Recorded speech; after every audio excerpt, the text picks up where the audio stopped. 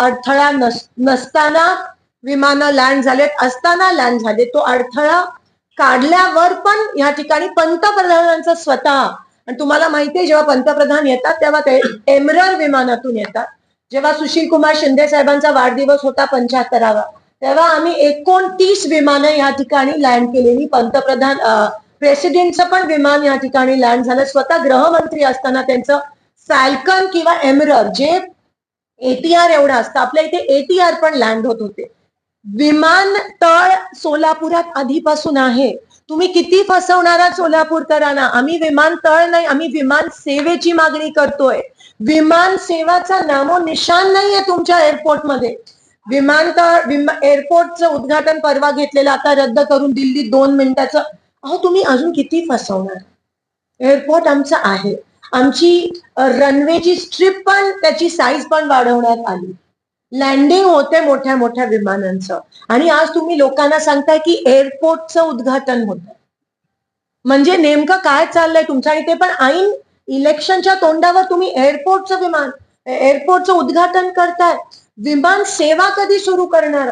आणि मग मागचे 3 वर्ष काय करत होता तुम्ही? तुम्हाला खरंच एअरपोर्टचं उद्घाटन घ्यायचं होतं तर आता ऐन इलेक्शनच्या तोंडावरच का? जे एअरपोर्ट ऑलरेडी आहे त्याच पुन्हा एकदा तुम्ही उद्घाटन घेणं म्हणजे किती आपली दिशाभूल करतायत, किती आपल्या जनतेला फसवतायत. ह्या फसव्या सरकारची आपल्याला रणनीती कळते. या ठिकाणी संक्षिप्त मी तुम्हाला वाचून दाखवत नाही कारण का वेळ जाईल, पण सगळं या ठिकाणी लिहिलंय की किंगफिशर रेड कसं 2009 ला सुरू होतं, टेक ऑफ लँडिंग व्हायचे. त्यानंतर 75व्या वाढ एमरर आणि फॅल्कन आपण लँड केले. DGCA कितींदा परमिशन दिली लँडिंगसाठी. आणि विनोदाचा भाग म्हणजे परवाचं उद्घाटन संध्याकाळी 7 वाजता होतं. आपल्या इथे नाईट लँडिंग पण नाही आणि उद्घाटन तुम्ही 7 वाजता संध्याकाळी घेता. म्हणजे किती चेष्टा ही! शेवटी लोकांचा तुम्ही धज्जा उडवताय आणि लोकांना तुम्ही फसवताय. आम्ही काही अधिकाऱ्यांशी बोललो, ते अधिकारी म्हणाले मॅडम अजूनही एअर सेवा, विमान सेवा कधी सुरू होणार आहे अजूनही आम्हाला त्याचा आता पता नाहीये. कोणाशीही बोलणं झालं नाहीये. न स्टार अलायन्सशी झालं, ना इंडिगोशी झालं, कोणत्याही छोट्या जे ATR सर्व्हिसेस असतात त्यांच्याशी बोलणं झालं नाहीये. त्या उलट आमचं बोलणं सुरू आहे, पण आम्ही त्याचा जोपर्यंत ग्रीन सिग्नल येत नाही तोपर्यंत आम्ही तुमच्या समोर त्या गोष्टी आणणार नाही आहोत. पण ह्यांचा खोटा तुमच्या समोर आणणं हे गरजेचं वाटलं.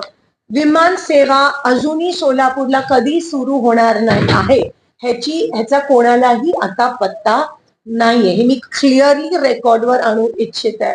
जोपर्यंत विमान सेवा सुरू होत नाही तोपर्यंत IT कंपनी असेल, कोणत्याही कंपनीज असतील त्या इथे येणार नाहीयेत.